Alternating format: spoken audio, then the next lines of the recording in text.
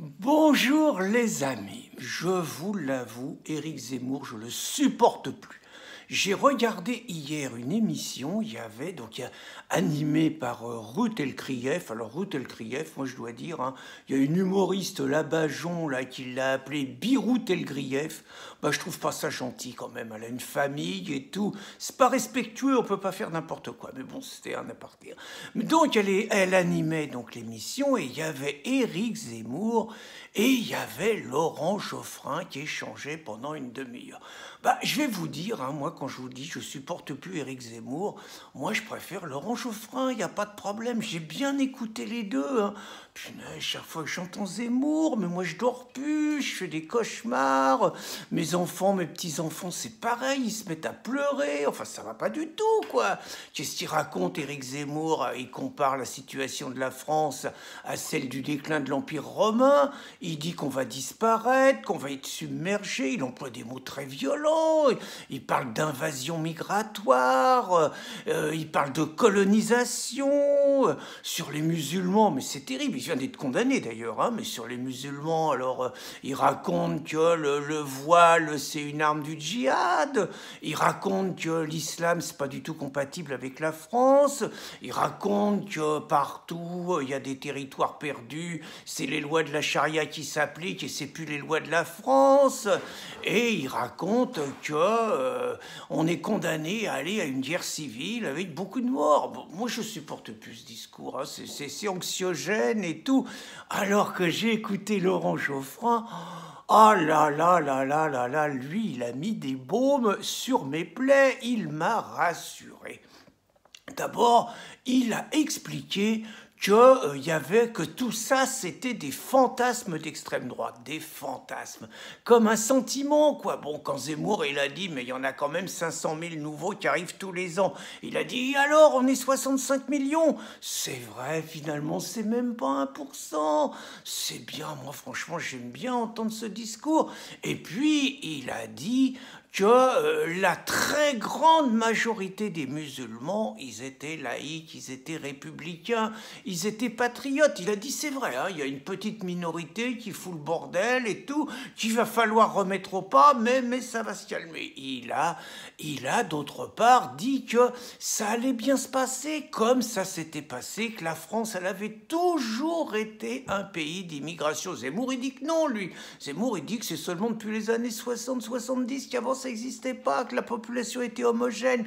Lui, il dit le contraire, il dit que la France, ça a toujours été un brassage de différentes cultures, que le multiculturalisme, ça avait toujours existé, et que c'est ça qui avait fait la grandeur de la France. Et puis, il n'a pas eu peur, il a traité Zemmour de peureux et de froussard, parce que lui, il a dit qui voulait justement que l'avenir de la France, ça soit une France qui s'enrichisse des différences. Et il a dit que la vision de Zemmour, c'était une vision rabougrie. Ah là là, moi, quand j'ai arrêté de regarder... Oh, je revivais, je me sentais bien.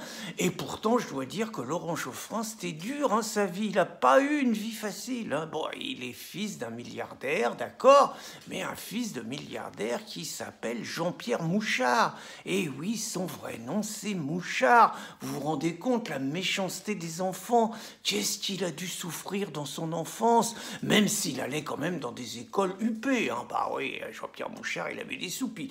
Il avait un autre handicap sérieux, Laurent Geoffrin, c'est que son père, c'était le meilleur copain de Jean-Marie Le Pen.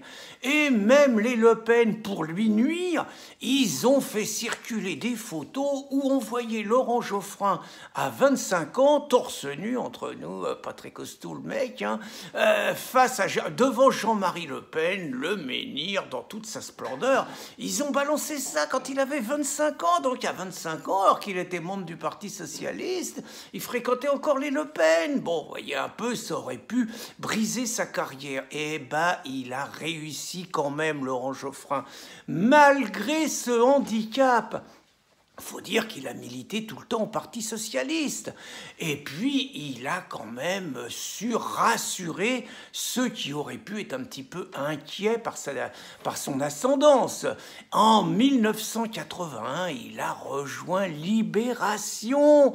Libération où il est encore près de 40 ans après. Alors, il a oscillé entre Libération et le Nouvel Obs, hein, même propriétaire, souvent et tout, il a quand même fait souvent des allers-retours. Par exemple, en 1996, il écrivait que le Nouvel Obs, c'était une officine du Parti Socialiste. Eh bien, ils ne sont pas rancuniers, le Nouvel Obs. 12 ans plus tard, il était à la tête du Nouvel Obs. Et puis, il a quand même, en 1984-85, pour dire qu'il a rassuré quand même, hein, il a monté des émissions qui s'appelaient Vive la crise, avec et Yves Montand.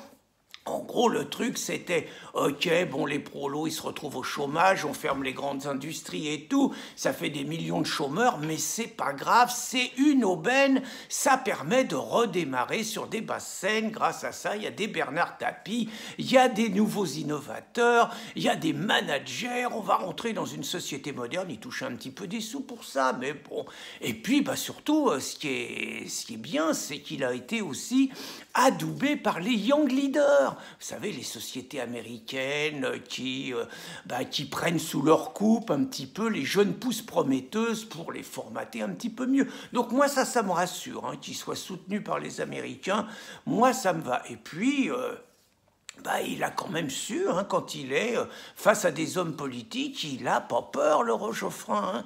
Il avait, dans la première conférence de presse de Sarkozy, il avait interpellé le président de la République, il avait parlé de monarchie élective. Et le Sarkozy, il en avait fait du petit bois. Et les confrères, pas sympas, hein, il y avait 500 ou 600 journalistes, ils avaient ricané de lui. Et puis alors, quand il est sur un plateau avec Marine Le Pen, alors là, tout le monde se rappelle, quand il était avec Caroline Fourest pour interroger Marine, il avait empêché Marine de parler tout le temps. Dès que Marine disait quelque chose, il disait « Répondez à la question, répondez à la question, répondez à la question » et tout. Là, il n'avait pas fait de cadeau. C'est un vrai journaliste indépendant, Laurent Geoffrin. Alors, il y a juste avec François Hollande. Bon, ils s'aiment bien tous les deux. Hein. Il y en a même qui disent que c'est Laurent Geoffrin qui écrit les livres de Hollande, que c'est son nègre, oh là là, pardon, son prête-plume, excuse-moi Laurent, son prête-plume, il paraît que ça serait celui qui écrivait les discours et qui écrivait les livres de Hollande. Et puis, il a une maison à Granville, il prête sa maison à François et à sa dulcinée. Il a bon cœur, Laurent Geoffrin. Et puis surtout, moi je trouve, c'est un mec, il a une force de travail extraordinaire. Parce que quand même, il est directeur de rédaction à Libération. Et il est sur tous les plateaux de télé, matin, midi et soir. Et j'avoue, et il fait un travail extraordinaire. Et j'avoue, moi j'ai un remords parce que dans ce livre, hein, que j'ai écrit, donc j'ai rendu un hommage très appuyé à 12 personnes grâce à qui la France est en train de se transformer, sort d'une société repliée sur elle, une société multiculturelle, où l'islam, la grande religion de paix, peut s'exprimer en paix, peut s'exprimer librement. J'ai oublié Laurent Geoffrin, j'ai hésité, je ne l'ai pas mis, c'est une très grande injustice. Alors je présume que j'ai lu cet autre livre, Les bâtards de Sartre, de Benoît Reski, et en couverture, alors il dit, Benoît, en Pologne, pendant la Seconde Guerre mondiale, les nazis collaient du sparadrap sur la bouche des fusillés pour les empêcher de crier « Vive la liberté !» Ainsi procèdent les plumitifs, les écrivassiers qui prétendent régenter nos âmes. De Jean-Paul Sartre, ils ont appris qu'il était permis de tuer l'homme blanc, et de Frantz Fanon que le colonisé aurait sa revanche en violant la femme blanche. Dès leur réveil, ils hantent les matinales radiographiques.